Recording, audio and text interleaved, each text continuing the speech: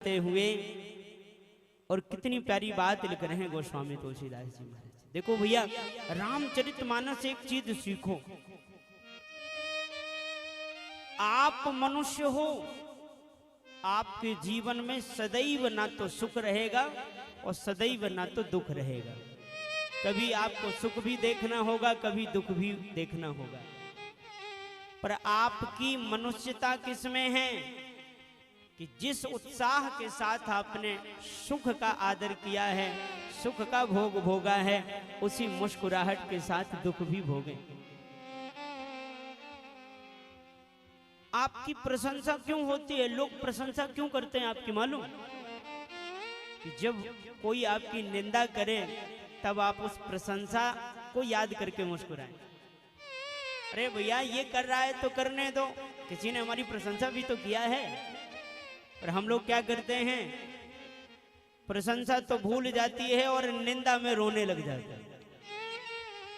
पर देखिए राम जी को, गोस्वामी तुलसीदास जी महाराज वनवास में जाते हुए राम जी का दर्शन कर रहे हैं मंगलाचरण में। प्रसन्नताम या नगताभिषेक तथा न ममले वनवास दुःखतः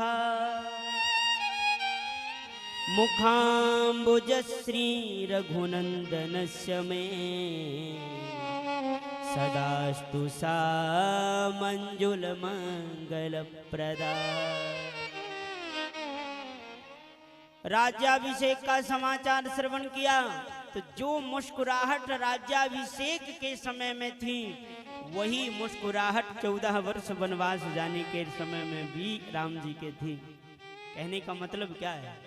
देखो, यदि आप दुखों में भी मुस्कुराते रहे तो दुख हार करके आपके चरणों में गिर पड़ेगा।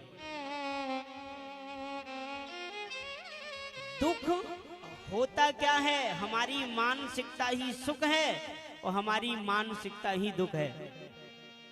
सुनो, हमारा संतोष ही सुख है और हमारा असंतोष ही दुख है।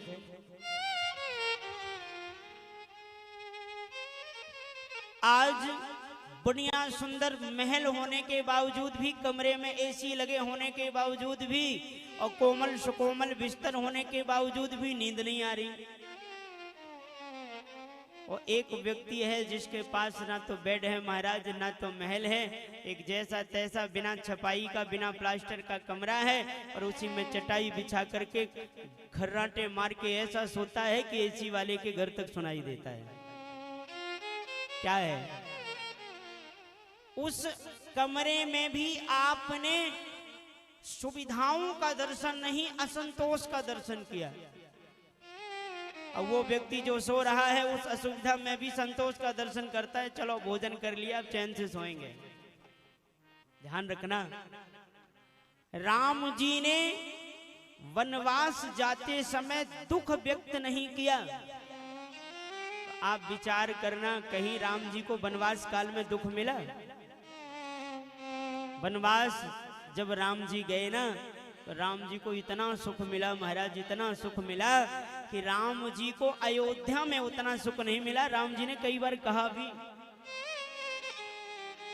देखो सुख वस्तुओं में नहीं होता ना, सुख वस्तुओं में नहीं, सुख उन वस्तुओं के प्रेम में होता है। आपका यदि उस वस्तु से प्रेम जुड़ गया तब तो सुख, और नहीं तो उसी वस्तु से आपको दुख होने लग जाता है। कोई कहे हमें बच्चे से सुख मिलेगा, यदि प्रेम है, आपका आज्ञा पालन करता है बच्चा, तो उसी से आपको सुख मिलेगा। और यदि उसका प्रेम आप में नहीं है और विपरीतता है, वो आपकी आज्ञा का पालन नहीं करता, तो उसी वस्तु से आपको दुख मिल जाएगा। बात सही है कि नहीं?